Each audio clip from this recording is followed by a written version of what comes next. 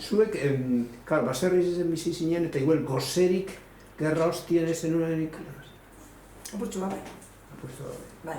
Zer ezkeunke mazerrerik, gurien ez zeben ebalten, ate lanien. Bai. Umiek, nusizik estudietan, da bar, ezkinien gu. Claro.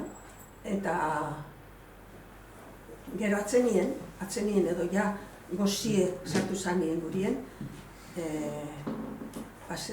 hauzuko errenteruai, esan jaken terreno etxibiko da bela, ze, claro, haite despatxa hori ben lanetik, hor ez zerko ferrokarriletatik, por nazionalista, amarrumen haite, haxe sueldu egonke makarrik eta despatxa hori erretik. Ja, geixo bezilik egin. Zuen haite baina frenten esan egon, ez da? Ez. Eta gero bota bien? Detalle bat.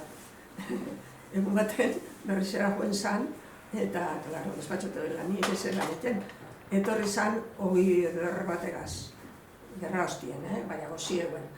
Hogi eder bategaz, deposik, hogi jego, hogi eder itxigoten zan. Eta gero entera ginen, egon zala berrizen, udaletxien aurrien, txapelgorrizaz, hola nein, abestu, ze bestela ezeben emoten hogile, nire ete. Humilazio hori da, humilazio. Danetik.